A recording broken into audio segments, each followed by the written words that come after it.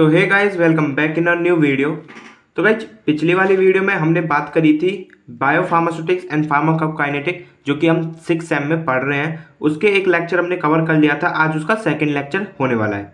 तो उस प्रीवियस वाले लेक्चर में हमने कवर करा था, मैं आपको बता देता हूँ, एक मिनट। ये देखो, इंट्रोडक्शन देखा था इसका, ठीक है। और ये कुछ एब्जॉर्प्शन देखा था हमने, एंड इसके कुछ mechanism of drug transport, and ये पूरा देखा था, मतलब इसके ट्रांसपोर्ट के मैकेनिज्म क्या है अच्छे से समझे थे। फिर फैक्टर अफेक्टिंग देख लिया था, इधर नॉन पर ओरल एक्स्ट्रावास्कुलर रूट ये भी देख लिया था।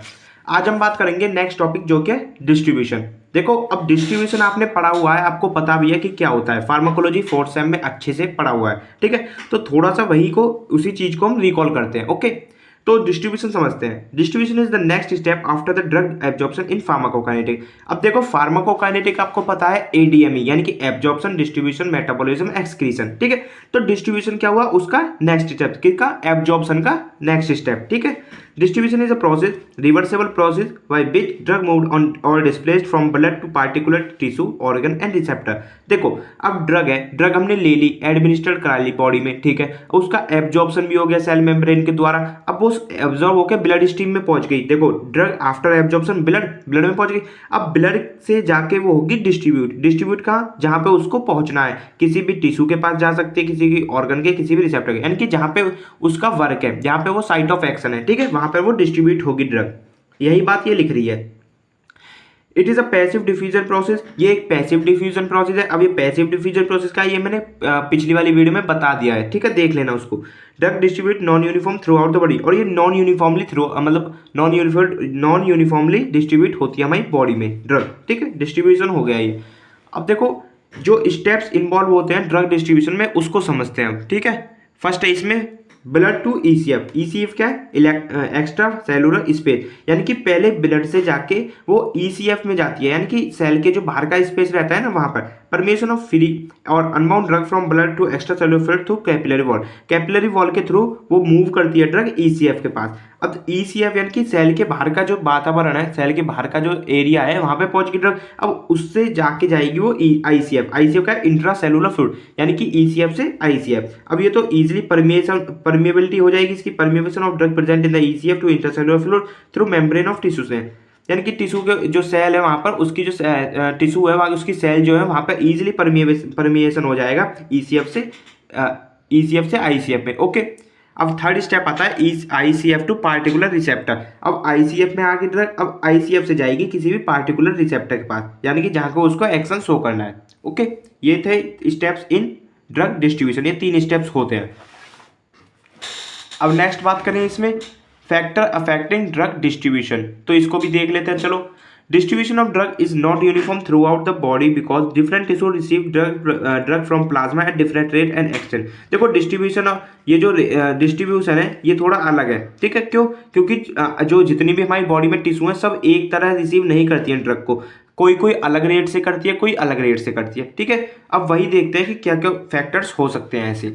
तो फर्स्ट इसमें फैक्टर आता है टिश्यू परमिएबिलिटी ऑफ ड्रग। अब इसमें 2 आते हैं, टिश्यू परमिएबिलिटी यानी कि टिश्यू की परमिएबिलिटी ड्रग के लिए। तो फर्स्ट है फिजियोकेमिकल प्रॉपर्टीज ऑफ ड्रग, ये भी अफेक्ट कर सकती है ड्रग डिस्ट्रीब्यूशन को। इसमें क्या है? Molecular size of drug, pH of drug, pKa of drug and partition coefficient of drug, ठीक है।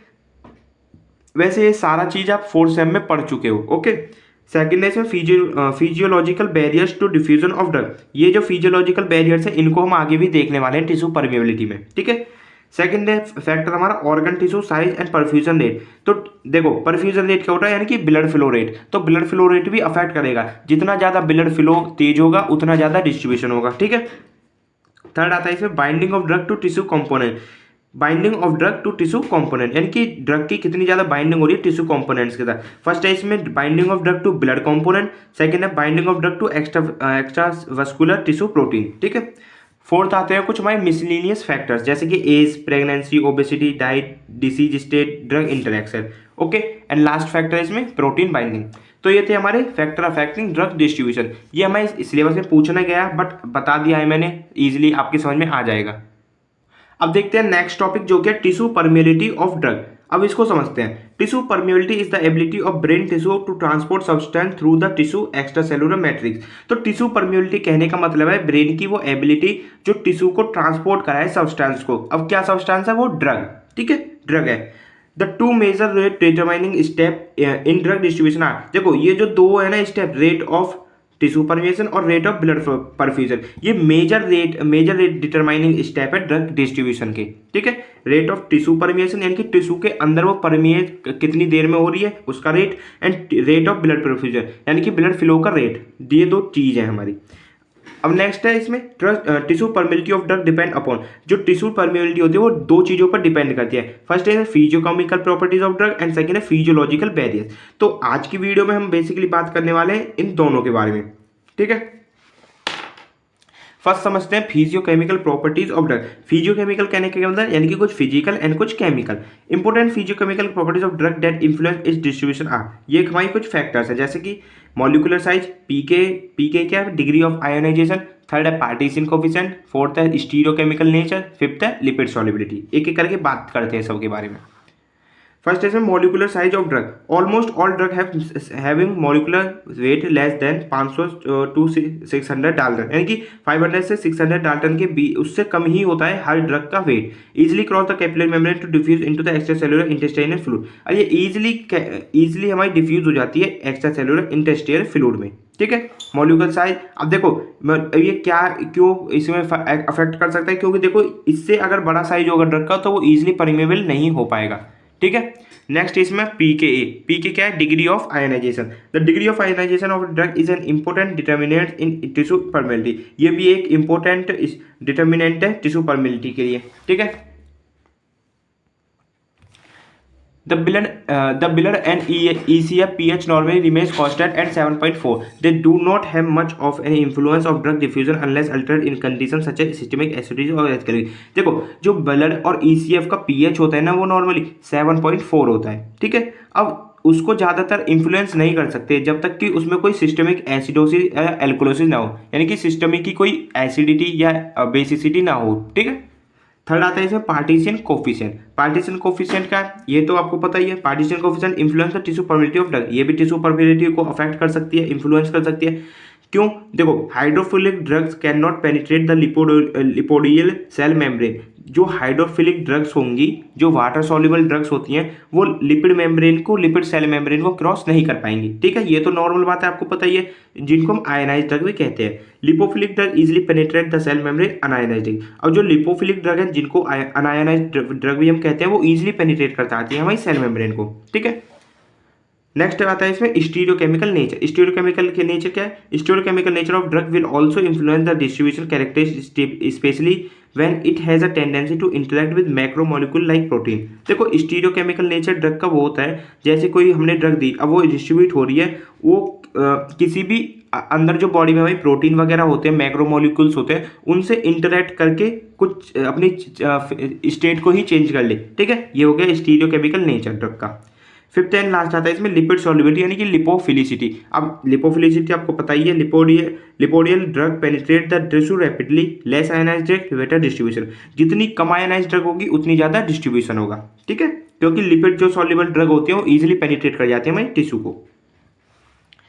सेकेंड है इसमें जो हमने बात करी थी आगे, फिजियोलॉजिकल बैरियर्स। अब इसमें बात करेंगे फिजियोलॉजिकल बैरियर्स, यानी कि कुछ फिजियोलॉजिकल हमारी बॉडी में ही कुछ रुकावटें जो ड्रग को परमेबल ना होने दे, उनके बारे में बात करेंगे। अ मेम्ब्रेन और a barrier with self structural features can be a permeability restriction to distribution of drug to some tissues. मैंने बता दिया कुछ रिस्ट्रिक्शन होगी, ये हमारे बैरियर्स होते हैं, कुछ रिस्ट्रिक्शन लगा देते हैं कि परमेबल हो या ना हो, ऐसे। तो समझते हैं कुछ हमारे ये स्पेशल टाइप के फिजियोलॉजिकल बैरियर्स है। पहला है simple capillary endothelial barrier, second है simple cell membrane barrier, third इसमें ब्लड ब्रेन बैरियर, फोर्थ है blood cerebrospinal fluid barrier, fifth है ब्लड प्लेसेंटा बैरियर, सिक्स्थ है ब्लड टेस्टिस बैरियर। तो एक एक करके देखते हैं। फर्स्ट है इसमें सिंपल सेल एंडोथेलियल बैरियर, यानी कि ये तो सिंपल सेल होने वाले जो एंडोथेलियल सेल्स होती है हमारे अंदर, वो सिंपल सेल का बना होगा ये बैरियर। ऑल ड्रग आयनाइज्ड और unionized with the molecular size less than 600 dalton diffuse through the capillary endothelium and into the intestinal fluid. देखो जो आयोनाइज्ड भी सही ड्रग या अनायनाइज्ड से उससे 600 डाल्टन से कम के जितनी भी ड्रग के मॉलिक्यूलर वेट है वो डिफ्यूज होती हैं किसकी मदद से, कैपिलरी एंडोथेलियम की मदद से, ठीक है। और जाती कहाँ, इंटेस्टाइनल फ्लूइड में। Only drug that bound with blood component they are restricted because of the large molecular size of complex. अब देखो इसमें जो ये जो बैरियर है इसमें ये कौन कौन सी ड्रग को रोकता है, जो कि बाउंड होती है ब्लड के कंपोनेंट से। ब्लड कंपोनेंट्स कोई भी हो सकता है, प्रोटीन वगैरह हो सकते हैं जैसे एल्ब्यूमिन, ग्लोब्यूलिन, ये ठीक है, वो रिस्ट्रिक्टेड हो जाती है, वो नहीं जा पाती है इस बैरियर के मतलब इस बैरियर को क्रॉस नहीं कर पाती है। सेकेंड है इसमें the simple cell membrane barrier. ये सिंपल सेल मेम्ब्रेन होगा, ये बैरियर होते हैं। It refers to basic structure of cell membrane which act as a selectively permeable barrier surrounding the cell. ये मैंने बता दिया कुछ ही यानी सिलेक्टिवली परमिएबल बैरियर होता है, यानी कि कुछ ही चीज़ों को अंदर बाहर जाने देता है। It consist of phospholipid bilayer with embedded protein that regulate the passage of substance in और आउट। जो आपने सेल पढ़ी है ना, जो उसकी सेल मेम्ब्रेन है, ये सेम वही है, सिंपल सेल मेम्ब्रेन बैरियर वही है, ठीक है, वही ना, फॉस्फोलिपिड बाइलेयर का बना रहता है, कुछ प्रोटीन्स जुड़ी रहती हैं उसके साथ जो कि रेगुलेट करती है पैसेज ऑफ सब्सटेंस को बाहर और अंदर आने के लिए, ठीक है। नेक्स्ट है मोस्ट इंपोर्टेंट BBB, क्या, blood brain barrier. The brain capillaries consist of endothelial cells which are joined together by tight junction. This is called blood brain barrier. देखो ब्लड ब्रेन बैरियर क्या होता है, कुछ हमारी ब्रेन में capillaries होती है जो कि एंडोथेलियल सेल्स से बनी होती हैं, ठीक है। अब वो जॉइंट रहती हैं एक साथ जॉइंट रहेंगी, उसी को हम कह देते हैं ब्लड ब्रेन बैरियर, ठीक है। और किसके साथ जॉइन रहती है, एक टाइट जंक्शन हमारी बॉडी में होते हैं ना, एक टाइट जंक्शन की तरह वो एंडोथेलियल से जुड़ी रहती है, वही उसको कहते हैं हम BBB, ठीक है। बीबी की भी कंटेन स्पेशल सेल्स। देखो इसमें दो टाइप की स्पेशल सेल्स होती हैं बीबीबी में, पेरिसाइट्स और एस्ट्रोसाइट्स। अब ये सेल्स क्या है, these form a solid envelope around the brain capillary. अब ये जो जितनी भी ब्रेन में कैपिलरी हैं उसके चारों तरफ एक सॉलिड खोल या एनवलप होता है ना, खोल, वो बना लेती है, ठीक है।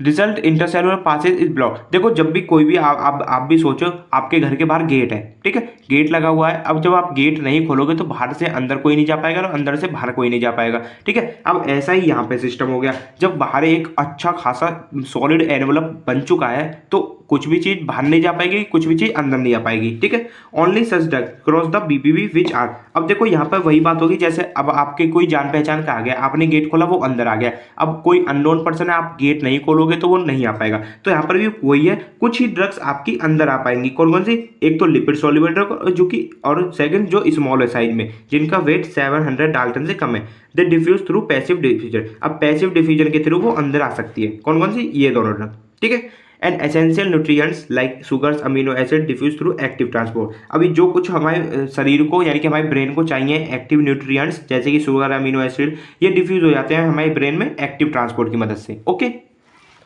नेक्स्ट बात करेंगे brain cerebro spinal fluid barrier. अब देखो सेरिब्रो स्पाइनल फ्लूइड ये ब्रेन में रहता है हमारा, आप सबको पता है, और ये कहाँ फॉर्म्ड होता है, कोरोइड प्लेक्सेस में। ये आपने HAP में पढ़ा होगा। CSF is similar in composition to ECF of the brain. देखो CSF जो है ना, सेरिब्रो स्पाइनल फ्लूइड, ये सिमिलर होता है किसकी तरह, ECF ऑफ ब्रेन, यानी कि जो ब्रेन का एक्स्ट्रा सेलुलर फ्लूइड होता है उसकी तरह। The choroidal cells are joined by tight junction forming blood CSF barrier. और ये भी एक वही सेम इसी BBB की तरह ही होता है। कोरोइड सेल, इसमें कौन कौन सी सेल थी, पीछे पेरिसाइट्स और एस्ट्रोसाइट सेल थी, इसमें हमारी कोरोइडल सेल्स, ठीक है, ये वही जॉइंट हो जाती है एक साथ टाइट जंक्शन के साथ और फॉर्म कर लेती है एक blood CSF barrier. Permeation characteristic similar to BBB। और जितनी भी ऊपर ये जो हमने ये पढ़ी है कैरेक्टरिस्टिक इसकी, सिमिलर इसकी भी यही होती है, ओके। नेक्स्ट है इसमें ब्लड प्लेसेंटा बैरियर।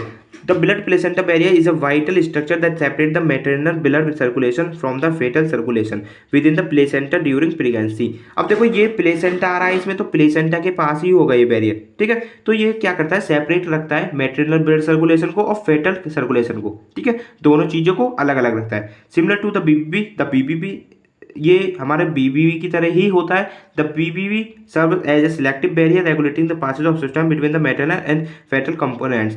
तो देखो एक मैटरनल यानी कि जो एक माँ का शरीर है वो, और एक फेटल यानी कि जो बच्चा बन रहा है अंदर वो, तो दोनों को अलग अलग रखता है, अलग अलग सेपरेट करने का काम कौन करता है, blood placenta barrier, okay. Last देखते हैं हम ब्लड टेस्टिस बैरियर। ये क्या है, they located at Sertoli cell junction and act as blood testis barrier. ये हमारी देखो टेस्टिस आपको पता है टेस्टिस में कौन सी सेल होती है, सर्टोली सेल होती है। ये सर्टोली सेल होती है हमारी टेस्टिस में, तो ये एक साथ इकट्ठा होकर एक जंक्शन फॉर्म कर लेती है जो कि ब्लड टेस्टिस बैरियर का काम करती है। They restrict the passage of drug to spermatocytes and spermatids. तो ये जो ड्रग का पैसेज होता है ये टेस्टिस में आने से रोकते हैं, कौन सी प्रोसेस के लिए, स्पर्मेटोसाइटिस और स्पर्मेटाइट्स। ठीक है। अब गाइस देखो यहाँ तक आपका कंप्लीट हो चुका है। अभी ये जो आपका टॉपिक है टिश्यू बाइंडिंग ऑफ ड्रग, ये देखेंगे हम नेक्स्ट वीडियो में। ठीक है, आज के लिए इतना ही वीडियो को हम रखेंगे। तो अपने फ्रेंड्स में ज़्यादा से ज़्यादा शेयर करना वीडियो को, और नोट्स के लिए हमसे कांटेक्ट कर सकते हो आप व्हाट्सएप पर। तो आज की वीडियो में इतना ही, तब तक के लिए बाय बाय, टेक केयर।